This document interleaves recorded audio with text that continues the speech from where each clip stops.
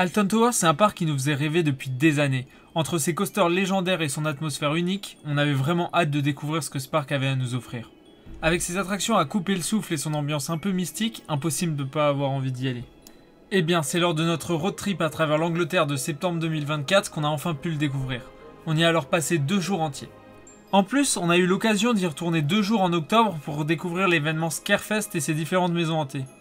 Dans cette vidéo, on va vous faire découvrir le parc dans les moindres recoins en condensant nos expériences de ces 4 jours de visite.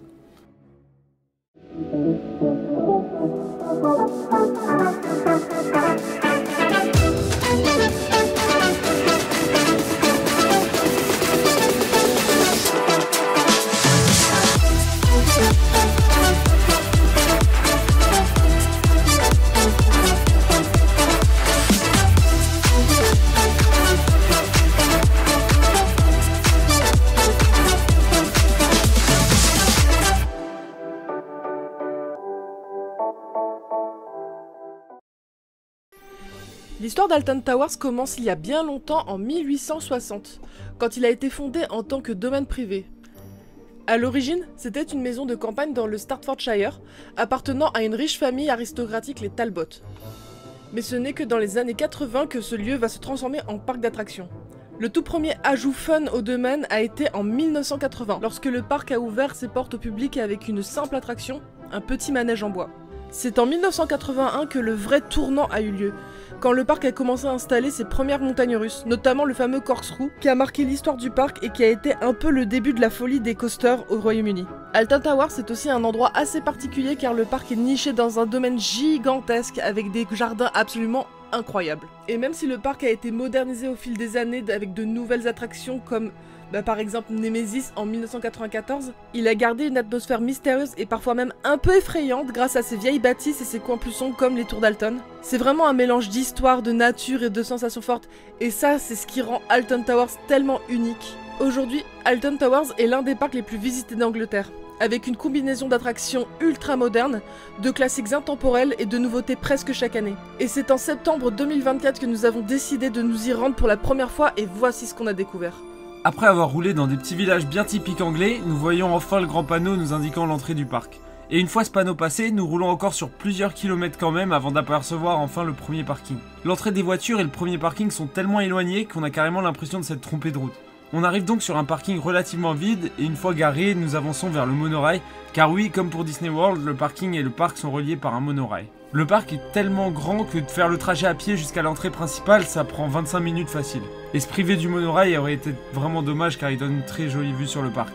Lorsque nous sortons de la gare, nous nous retrouvons nez à nez avec un vestige du parc, le fameux Corkscrew du coaster éponyme, ouvert en 1980 et fermé en 2008 avant d'être remplacé par le Land Dark Forest. Une fois passé en dessous de ces rails et après s'être fait fouiller les sacs, nous scannons nos passes annuelles, car oui on a pris des passes Merlin Discovery. Pour seulement 99 pounds, on a pu faire 8 journées de parc et aussi la Blackpool Tower, donc franchement c'est grave rentable. L'entrée se fait sur une main street appelée ici Towerstown, où nous retrouvons les différentes boutiques et le guest service. Les bâtiments sont très jolis et très colorés, ça a un peu des airs de parc municipal avec sa verdure et ses fontaines, ça change beaucoup des main streets qu'on a l'habitude de voir dans d'autres parcs. Au loin, derrière les arbres, nous avons même une visibilité sur les tours d'Alton, donc le château qui est au centre du parc, qui se trouve derrière un petit lac, c'est vraiment très beau.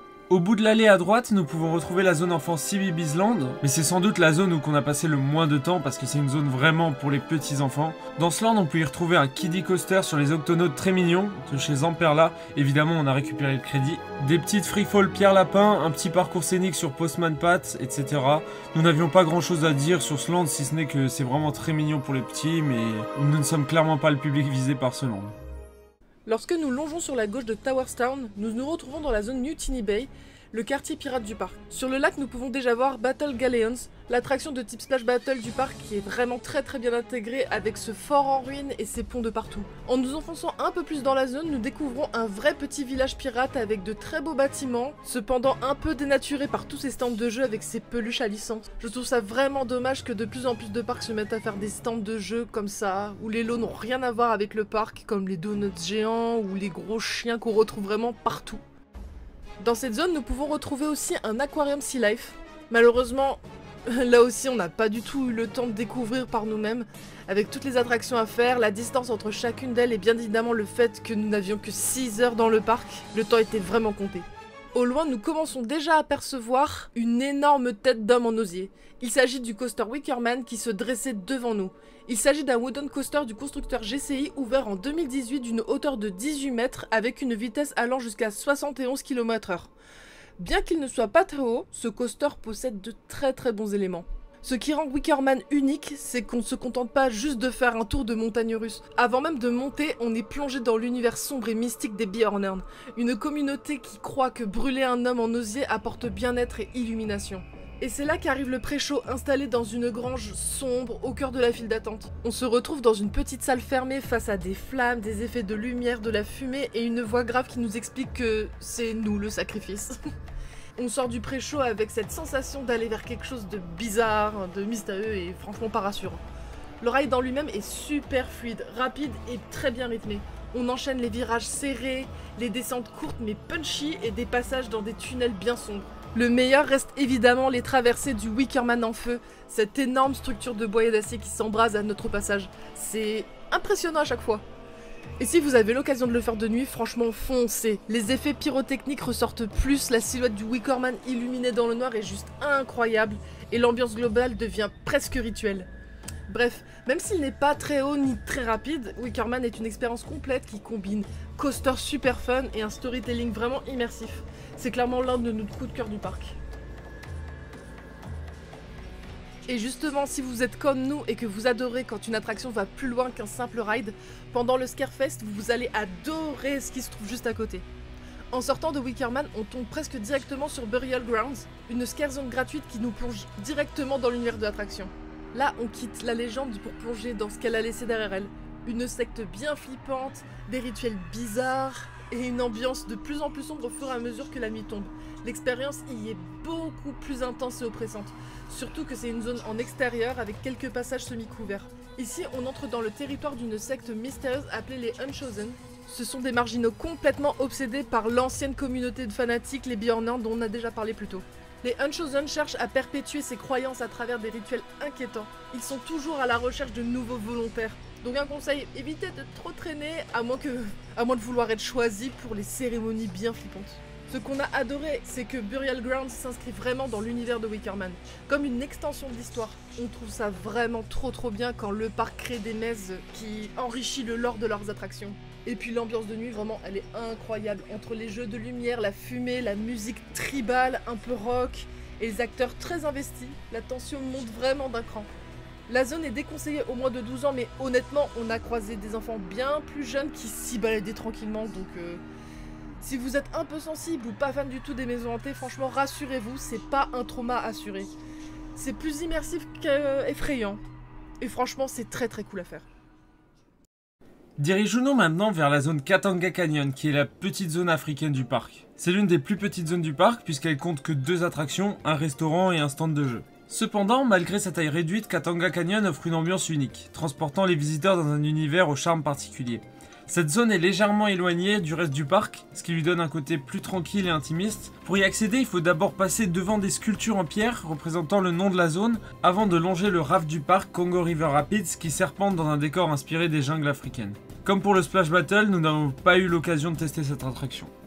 Tout au fond de la zone, nous retrouvons le deuxième coaster du parc, Runaway Mine Train.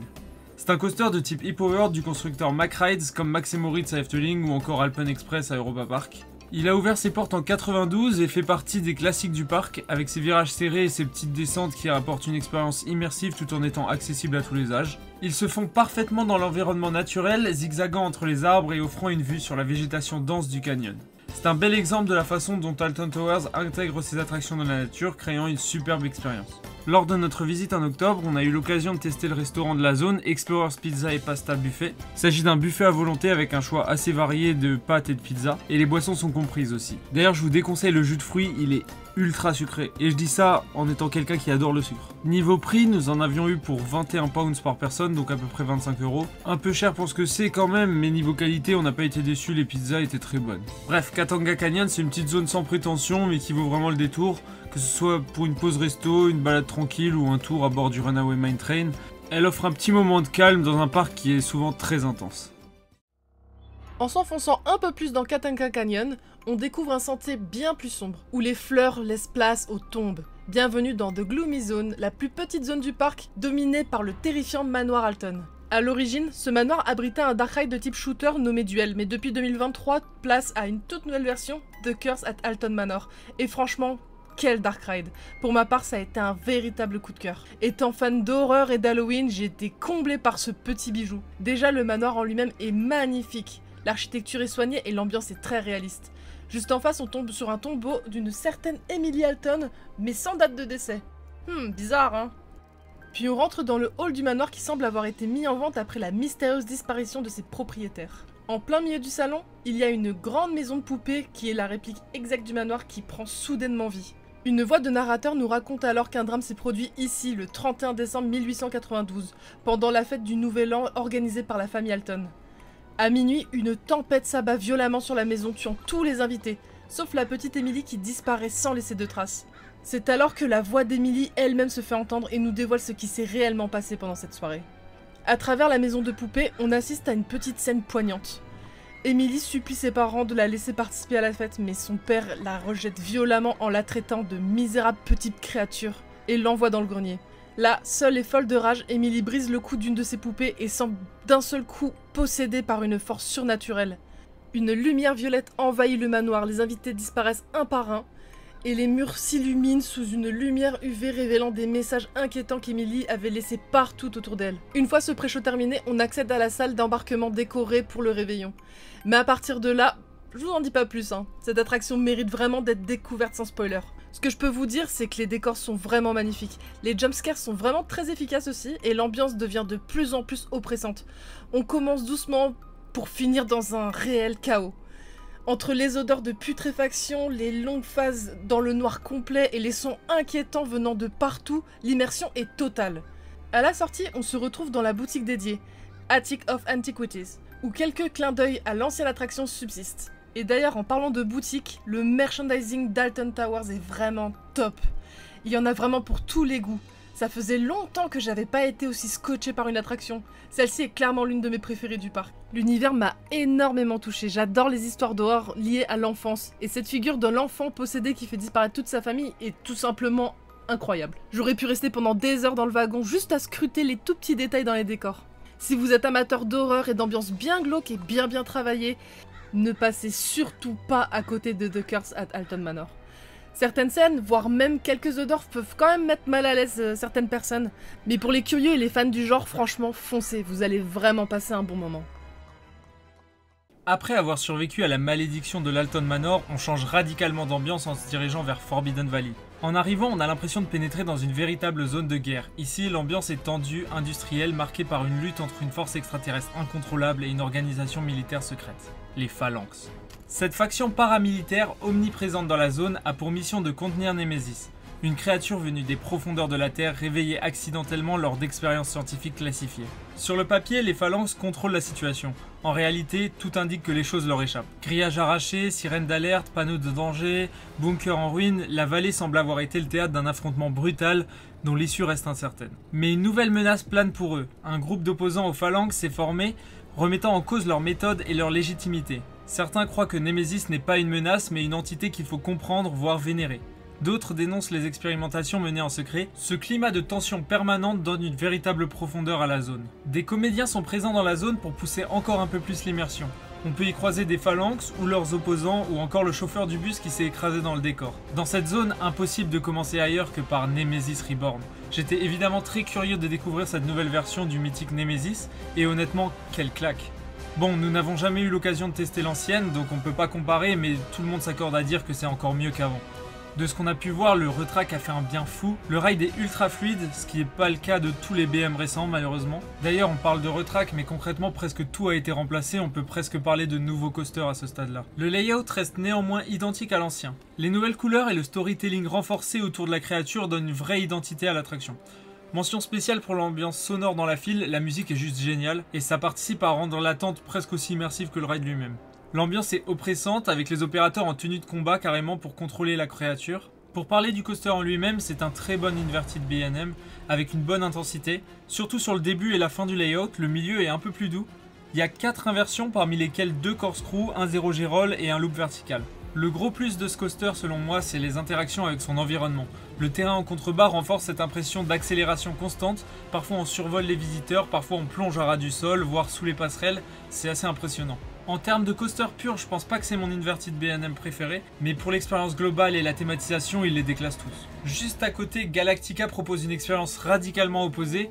Ici, on quitte la planète pour partir dans l'espace, le corps complètement allongé face au sol. C'est un Flying B&M, c'est même le tout premier modèle de Flying B&M. C'est un type de coaster que personnellement j'adore. On avait déjà pu faire Tatsu et Manta avant d'aller à Alton. Alors certes, Galactica est beaucoup moins haut et moins intense que ces deux-là, mais il est quand même très bien. Le layout est à l'opposé des autres Flying B&M.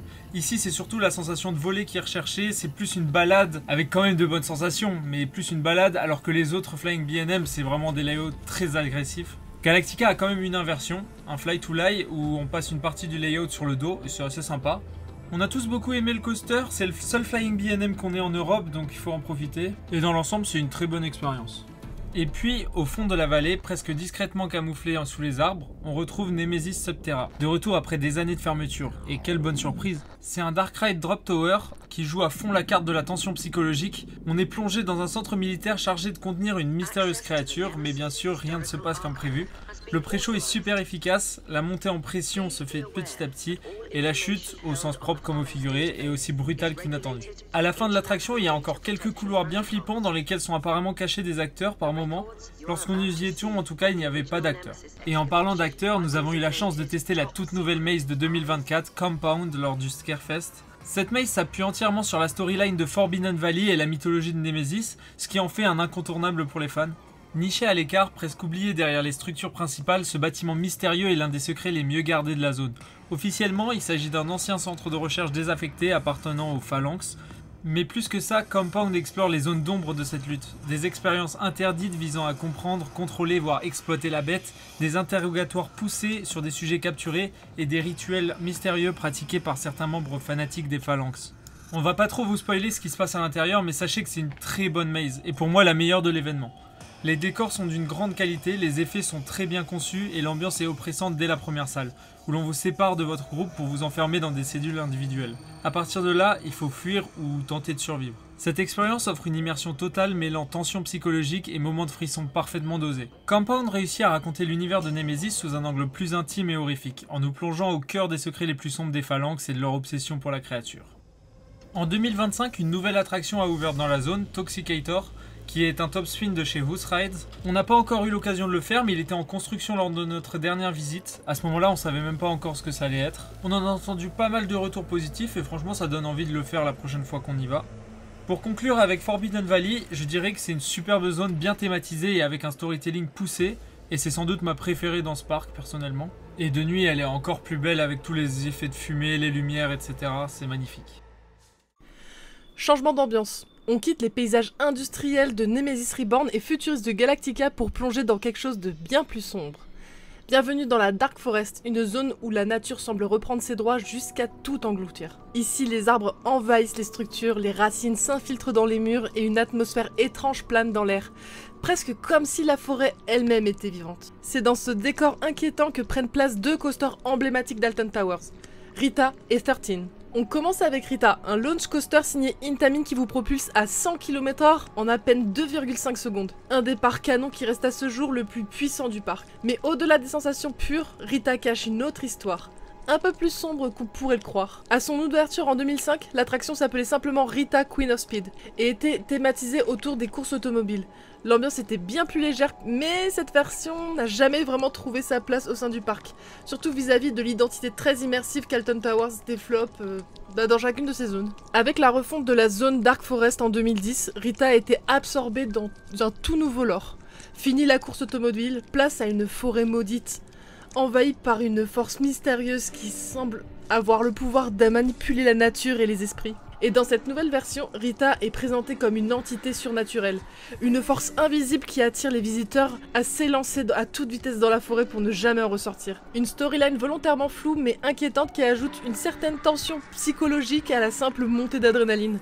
Et juste à côté du Rita, un autre coaster nous attend, et celui-ci joue dans un tout autre registre. 13 est une attraction bien plus sournoise. Contrairement à Rita, qui vous balance dans l'action dès la première seconde, 13 vous attire doucement dans son piège. Dès l'entrée dans la file d'attente, on sent que quelque chose est bizarre ici. Les ruines d'un ancien sanctuaire, des arbres tordus, des sons étranges qui résonnent dans la forêt, tout est fait pour vous mettre vraiment mal à l'aise. L'histoire raconte qu'un ancien site druidique aurait été découvert dans cette partie du bois. Un lieu maudit où les esprits de la forêt n'ont jamais vraiment quitté les lieux. Et devinez quoi? Bah le parcours du coaster passe en plein dessus. Pas très bonne idée, non. 13 commence par un ride en extérieur plutôt doux, quelques petits virages en forêt, des petits time par-ci par-là. Non, franchement, rien de bien méchant. Hein. Et c'est là que l'attraction joue sur les attentes. Alors qu'on pense avoir terminé, on rentre dans une sombre crypte et là tout bascule. Je vais pas révéler tout ce qui se passe parce que j'ai pas forcément envie de vous gâcher l'effet de surprise, mais disons que 13 est une attraction totalement inattendue, surtout pour une attraction à l'apparence aussi soft. La suite du ride vous entraîne dans un tunnel souterrain pour une toute dernière ligne droite en fuite, comme si vous étiez vraiment en train de vous échapper. 13 est donc plus qu'un coaster familial, c'est une expérience narrative et sensorielle qui mise autant sur l'ambiance que sur les sensations. Et c'est d'autant plus efficace quand on s'attend à pas beaucoup de profondeur pour ce type d'attraction. Alton Towers a réussi ici à créer une attraction qui surprend, qui amuse, et qui sait aussi faire frissonner, sans avoir besoin d'inversion ou d'une chute gigantesque. Bon, en résumé, la Dark Forest est l'une des zones où l'on trouve une belle alchimie entre l'adrénaline pure et l'ambiance mystérieuse. D'un côté, Rita qui nous électrise avec son lancement quand même brutal, tandis que l'autre 13 qui nous plonge plus dans une atmosphère un peu plus mystérieuse, frissonnante. Que vous soyez plutôt fan de vitesse ou d'histoires terrifiantes, la Dark Forest vous promet une aventure unique au cœur de la forêt la plus mystérieuse d'Alton Towers. Un endroit parfait pour les amateurs de frissons et de légendes inquiétantes. Après avoir échappé à la forêt maudite, nous sommes partis tout au fond du parc à la découverte des deux mazes destinés aux familles. Amigos in the Afterlife et Trick or Treat Town by Haribo. A première vue, on ne s'attendait pas à grand chose, pensant que c'était vraiment pour les tout petits. Et pourtant, c'est vraiment sympa. Ces deux expériences se sont révélées être des vraies pépites originales, immersives et franchement très bien ficelées. La première, Amigos in the Afterlife, nous plonge dans une ville mexicaine version Monde des Morts dans l'esprit du Dia de los Muertos. Tout commence dans une petite cour, devant un grand portail fermé dans une ambiance encore assez sobre et réaliste avec un acteur qui nous invite à ouvrir le portail. À ce stade, rien d'incroyable en vue, jusqu'à ce qu'on découvre qu'il faut trouver une clé cachée dans le décor. Une fois le portail ouvert, changement total d'ambiance. Lumière violette, décor fluo, ambiance surnaturelle, on vient d'entrer dans le monde des morts. Mais version festive. On suit alors le parcours d'un enterrement joyeux où les défunts font la fête comme s'ils étaient encore vivants. L'esthétique cartoonesque et colorée fonctionne à merveille et ce qui frappe c'est la longueur et la richesse de la maze. On traverse une vraie mini-ville pleine de détails et de vie avec des scènes animées, des personnages farfelus, des interactions constantes avec les décors et les comédiens, qui jouent d'ailleurs vraiment bien. Il y a même des diffuseurs d'odeurs qui ajoutent une couche sensorielle à l'expérience, parfois agréable, parfois surprenante, mais toujours bien intégrée. C'est une expérience aussi drôle que créative et on a vraiment été bluffé du début à la fin, vraiment une maze qui plaira aux petits comme aux plus grands. Ensuite, direction Trick or Treat Town, la deuxième maze familiale qui mise cette fois sur la nostalgie d'Halloween dans les pays anglophones. Le principe est simple, on se balade dans un petit quartier aux allures de ville miniature en frappant à chaque porte pour faire le fameux Trick or Treat. Chaque maison a son propre personnage farfelu qui nous accueille, parfois gentil, parfois un peu farceur, et nous tend des sachets de bonbons Haribo. Ce qui est cool, c'est que ça nous a permis aussi de découvrir quelques bonbons Haribo qu'on n'a pas chez nous en France. L'esthétique est encore une fois très réussie, avec des façades colorées, des enseignes marrantes et des costumes qui semblent tout droit sortis d'un film d'animation. C'est fun, ludique et ça fonctionne à merveille, autant pour les jeunes enfants que pour les grands enfants que nous sommes. Le fait que chaque porte réserve une petite surprise garde l'expérience dynamique du début à la fin. On pensait y passer juste pour voir parce qu'on n'a pas l'habitude de voir des mazes pour enfants dans d'autres parcs, et on en est ressorti très agréablement surpris. Ces deux mazes sont une preuve que les attractions familiales peuvent être tout aussi travaillées, inventives et marquantes que les autres mazes bien plus flippantes. S'il y a bien un endroit absolument incontournable dans le parc, c'est les Tours d'Alton. Ce vieux manoir en ruine en plein cœur du parc, c'est pas juste un décor de cinéma, c'est un vrai bâtiment historique, immense, gothique à souhait, et franchement flippant même en pleine journée. Les Tours d'Alton, en plus d'être vraiment magnifiques à voir, cachent une certaine attraction, ex-The Legend of the Towers. On a un peu tendance à l'oublier, mais elle mérite vraiment qu'on s'y attarde. Lors de notre première visite en septembre, elle était malheureusement fermée pour réhabilitation, ce qui était quand même très frustrant, surtout quand on connaît la réputation de cette attraction. Mais bonne surprise, elle a rouvert pile au moment de notre deuxième visite en octobre pendant le Scarefest, et franchement, on n'a pas été déçus. L'ambiance est dingue. On entre dans une aile sombre du manoir et on nous raconte la légende d'un arbre maudit et d'un conte qui aurait déclenché une malédiction sur sa propre famille. C'est super bien raconté, avec une succession de salles, des effets de lumière, de la fumée et surtout une bande-son ultra immersive. Et puis vient la salle finale, où l'on rentre dans une attraction de type Madhouse comme la Villa Volta à Efteling ou encore le défi de César au Parc Astérix. Celle-ci a été construite par Vekoma en 2000 et on a vraiment trouvé que niveau sensation elle était vraiment mieux que les autres qu'on a citées plus tôt. Nous avons trouvé que les mouvements étaient beaucoup plus amples et qu'on avait vraiment l'impression qu'on allait passer par-dessus la barre de maintien. Et en plus de l'attraction, les effets sont vraiment très jolis pendant le tour, avec l'énorme branche d'arbre au centre de la pièce qui s'illumine au fur et à mesure de l'attraction. Bon, après c'est pas très sensationnel comme attraction, mais c'est une vraie expérience, avec une narration et une ambiance bien soignée, et dans le contexte des tours, bah ça marche à la perfection. Et ce qui est très intéressant avec ce manoir, c'est que pendant la période de Scarefest, il n'y a pas que X à y découvrir. Les tours d'Alton cachent également deux excellentes mazes, The Attic Terror of the Towers et Altonville Mines Tours Teeny's Revenge. Commençons donc par The Attic. The Attic est une expérience un peu à part. Dès qu'on rentre, on sent qu'on va pas être dans une maze classique. Là, il y a un vrai décor, dans le sens où c'est vraiment à l'intérieur d'un vrai manoir en ruine. La visite de la maison commence directement dans une bibliothèque où un homme nous raconte l'histoire tragique de ce manoir.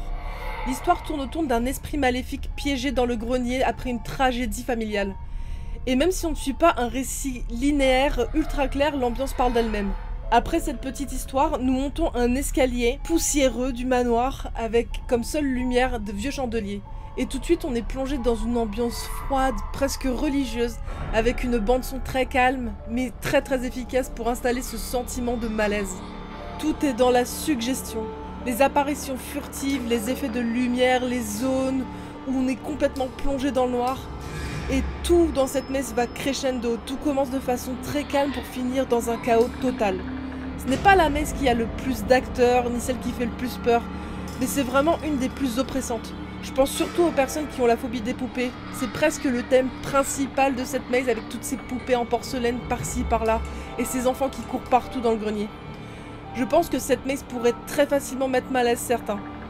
En ce qui me concerne, tout comme The Curse at Alton Manor, j'aime énormément cette esthétique et ce genre d'ambiance. Même si ce n'est pas ma maze préférée, c'est quand même une maze que j'ai beaucoup aimée et je la recommande vraiment, rien que pour le fait qu'elle soit directement dans une partie des tours d'Alton. De l'autre côté des tours, juste à côté de l'entrée de la zone X-Sector, se trouve l'avant-dernière maze du parc, Altonville Mines Tour Teeny's Revenge. Depuis 2023, le parc a décidé de réinventer l'une de ses mazes phares, Altonville Mine Tours Skin Snatchers, qui parlait d'une famille mutante dégénérée, les Skin Snatchers du coup, qui vit dans une ancienne mine et qui arrachait la peau de leurs victimes pour se la greffer sur le visage, un peu comme dans Massacre à la tronçonneuse. Dans cette nouvelle version, l'univers reste le même. Celui d'une vieille mine sordide au fond d'un village fictif paumé, mais cette fois-ci, l'histoire se concentre sur un seul personnage. Teeny, le plus terrifiant des Skin Snatchers, qu'on croyait enfermé, mais qui est toujours en liberté dans les galeries. Donc niveau ambiance, Teeny's Revenge est le parfait opposé de The Attic. The Attic qui pouvait avoir ce côté assez élégant, avec des personnages d'une autre époque, Teeny's Revenge, c'est sale, c'est dérangeant. Et ça commence dès la file d'attente avec un brief du shérif local qui nous explique que les autorités pensent avoir repris le contrôle de la mine, sauf que très vite on comprend que tout va partir en vrille quand le shérif se fait attaquer devant nous. Le parcours il est très sombre, très étroit, oppressant et beaucoup plus centré sur Teeny lui-même qui surgit à plusieurs reprises. Son look avec un masque à gaz bien glauque est hyper flippant. Il y a aussi des effets visuels très bien placés, des passages où on est complètement désorienté et un jeu sur les séparations de groupe qui ajoute un vrai stress. Dans l'ensemble, Teeny's Revenge est une maze vraiment très efficace avec une ambiance crasseuse, une tension continue et un vrai sens de la mise en scène. Nous avons beaucoup aimé cette maze et en ce qui me concerne, c'était vraiment ma préférée du parc. J'ai aimé le fait que la maison soit très longue, un peu comme toutes les mazes ici. Les acteurs étaient vraiment à fond et l'ambiance globale était vraiment flippante. Étant quand même quelqu'un qui est très sensible au bruit, dans cette maze, ça arrête pas de gueuler dans tous les sens. Et justement, je trouve que ça rajoute un truc au côté désorientation justement. Vraiment, si vous aimez les ambiances lourdes, oppressantes et un peu malsaines, cette maison hantée ne vous laissera vraiment pas indifférent. Juste après Teeny's Revenge, on entre dans un tout autre univers avec Das Games Panic Reloaded. La maze signée Das Games, un youtubeur gaming assez connu en Angleterre. Le concept est assez original. En entrant, on nous donne un bracelet connecté et le but est de retrouver 2 symboles choisis disséminés dans la maison dans un temps imparti. C'est un peu comme un jeu vidéo où il faut trouver des symboles sans se faire attaquer par des monstres. L'ambiance est vraiment cool, très visuelle, avec beaucoup de lumières qui vont dans tous les sens, de longs moments dans le noir, beaucoup de fumée et un décor qui rappelle un peu un labyrinthe de jeux vidéo d'horreur un peu futuriste, et avec une bande son énergique en rythme avec les lumières qui collent très bien à l'univers et qui s'est quand même bien stressé. Mais honnêtement, c'est aussi la maison qu'on a le moins aimée. Pourquoi ? Tout simplement parce que c'est pas vraiment une maze traditionnelle avec une histoire ou une immersion forte. Les acteurs ne jouent pas vraiment des rôles ou des personnages terrifiants. Leur rôle principal, c'est surtout de nous faire perdre du temps dans le jeu en nous bloquant ou en nous empêchant d'atteindre facilement les symboles. Du coup, on a plus l'impression d'être juste dans un jeu d'arcade géant que dans une vraie maze qui a pour but de nous faire peur. C'est fun et ultra original, mais franchement pas efficace et ça manque vraiment d'un storytelling comme on les aime dans les autres mazes. Et aussi le fait que ce soit interdit de courir, même si c'est pour des raisons de sécurité, est un peu contradictoire avec le fait que il faut absolument aller vite pour gagner le jeu en moins de 7 minutes. Sinon, petit détail que j'ai trouvé super sympa dans cette maze, c'est qu'à la fin du temps imparti, lorsqu'on entend Game Over, oui, parce que j'ai eu l'occasion d'entendre ce fameux Game Over étant donné que je n'ai pas trouvé mon deuxième symbole. Mais bon. Et bien à ce moment-là, tous les acteurs s'arrêtent complètement de bouger comme s'ils avaient bugué. Je trouve ce petit détail vraiment cool. Bref, Panic Reloaded est une expérience originale qui mise tout sur le jeu et le challenge plutôt que sur la peur pure. C'est cool, c'est dynamique, mais ça plaira pas forcément à tous les fans de maze traditionnels. Maintenant, on quitte cet univers un peu léger pour basculer dans quelque chose de beaucoup plus bizarre et expérimental. On termine ce trip report en beauté avec X-Sector, la dernière zone qui nous reste à explorer à Alton Towers. Et quelle conclusion! Ici on change complètement d'ambiance, fini les décors naturels ou fantastiques, place à une atmosphère dystopique, presque clinique, où tout semble calibré pour provoquer l'inconfort et l'adrénaline. Et surtout, c'est dans cette zone que se trouve The Smiler, un coaster que je rêvais de faire depuis son ouverture en 2013. Après, l'accident de 2015 m'avait un peu refroidi. Je vais pas m'étaler sur le sujet de l'accident, il faudrait une vidéo entière pour en parler. Mais en tout cas, le parc a depuis pris les mesures nécessaires pour que ça se reproduise plus jamais. Et à la moindre bourrasque de vent un peu forte, il ferme le coaster. C'est d'ailleurs ce qui s'est passé sur l'un de nos rides en fin de journée, alors qu'on allait embarquer dans un des derniers trains de la journée. Mais c'est cool parce que grâce à ça, on a pu faire Wickerman avec les OP de Smiler après la fermeture. Et franchement, ils étaient très sympas. Et du coup, ça donne quoi ce coaster? Et bah, rien que le regarder cycler, ça fait tourner la tête. Il y a des rails dans tous les sens qui s'entremêlent, c'est assez fou à voir. C'est d'ailleurs toujours lui qui détient le record d'inversion, il y en a 14 au total. C'est un Infinity Gerstlauer avec des harnais et non des lap bars comme la plupart des Infinity maintenant, et ça se ressent sur le confort de ride. On va pas se mentir, il y a plusieurs moments où on se prend de bons taquets quand même si c'est pas non plus hyper violent. Il y a aussi pas mal de vibrations, par moments ça peut être très désagréable sur certains tours. Mais dans l'ensemble, on a quand même beaucoup aimé ce coaster. Alors oui, c'est très intense, ça enchaîne les inversions de manière bien bourrine, et c'est clairement pas un coaster sur lequel faire une grosse session de chain ride. Mais pour un ou deux rides de suite, c'est une bonne expérience. Ce qui rend Smiler encore plus marquant, au-delà de son layout démentiel, c'est toute la storyline qui l'entoure.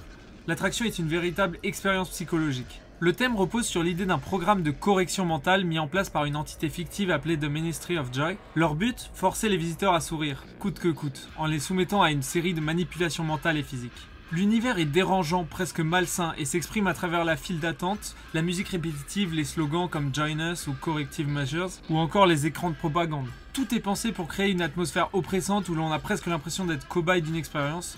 Un thème original et audacieux qui renforce vraiment l'impact du ride. Un autre aspect fascinant de Smiler, c'est sa construction en partie souterraine. Une grande portion du ride se déroule dans une fosse creusée dans le terrain, comme pour Nemesis, ce qui renforce l'effet de chaos et d'enfermement. D'abord pour que le coaster ne dépasse pas la ligne des arbres, conformément aux réglementations locales, mais ce trou a aussi une valeur historique. C'est à cet emplacement que se trouvait auparavant Black Hole, un ancien coaster indoor emblématique du parc. Lorsque celui-ci a été démantelé, l'espace a été réutilisé et creusé plus profondément pour accueillir Smiler. C'était un Jetstar 2 de chez Schwarzkopf et pour la petite anecdote, il est actuellement en vente pour 400 000 € si vous le voulez dans votre jardin. À quelques pas de là, Oblivion propose une expérience beaucoup plus directe mais tout aussi marquante.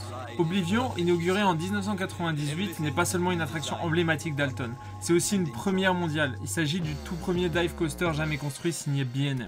Sa particularité, une chute verticale à 87 degrés de 55 mètres de haut qui plonge les riders dans un trou circulaire creusé dans le sol. On peut d'ailleurs aller observer le trou à côté et c'est hyper impressionnant, c'est immense et très bruyant. En termes de layout, concrètement tout repose sur la drop, il ne fait que 372 mètres de long et il n'y a pas d'enchaînement d'éléments après comme sur les dives modernes. Mais ça n'en fait pas moins un bon coaster. La drop est toujours très impressionnante sur les dives et là c'est encore plus renforcé par le trou dans le sol dans lequel on est aspiré. Après c'est toujours mieux quand il y a un bon layout derrière, mais faut pas oublier que c'est le prototype celui-ci. Oblivion a une storyline propre dans la lignée des univers sombres et psychologiques propres à Alton Towers. Dès la file d'attente, on est accueilli par une voix autoritaire, celle du directeur d'un programme expérimental qui semble tester notre capacité à faire face à l'inévitable.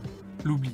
L'ambiance est froide, presque militaire, renforcée par l'architecture imposante et les vidéos menaçantes diffusées dans la station. Oblivion est une expérience mentale qui joue autant sur la peur de la chute que sur la peur de perdre le contrôle. Un classique incontournable, à la fois simple et efficace. En résumé, X-Sector c'est une zone qui ne laisse pas indifférent. Avec son esthétique dystopique, sa bande-son oppressante et ses attractions sensationnelles, elle crée une atmosphère unique, presque dérangeante. C'est un condensé de tout ça qu'Alton sait faire le mieux. De l'audace, du storytelling, de l'innovation technique et un sens aiguisé du spectacle. Une zone qui conclut parfaitement la visite avec un dernier frisson. Et forcément, c'est avec un grand sourire qu'on en ressort. Avant de conclure, petit détour par la zone David Walliams, même si honnêtement on n'y a quasiment pas passé de temps. On a juste eu le temps de faire le dark ride vraiment très sympa Gangsta Granny, qui est d'ailleurs tombé en panne 2 scènes plus tard pendant 15 bonnes minutes. Autant dire qu'une fois sorti de ce dernier, on a préféré courir pour faire le reste du parc. Et du coup on n'a vraiment pas eu le temps de s'attarder dans la zone, peut-être la prochaine fois. Ce qu'on retiendra surtout d'Alton Towers, ce sont ses univers ultra immersifs, ses storylines hyper soignées et cette ambiance unique qui plane sur tout le parc. Chaque zone a sa personnalité, chaque attraction raconte quelque chose, et on sent un vrai soin dans la mise en scène. Que ce soit la tension dystopique de X-Sector, le mysticisme guerrier de Forbidden Valley, ou encore l'ambiance plus effrayante de la Dark Forest, tout est pensé pour qu'on ressente quelque chose.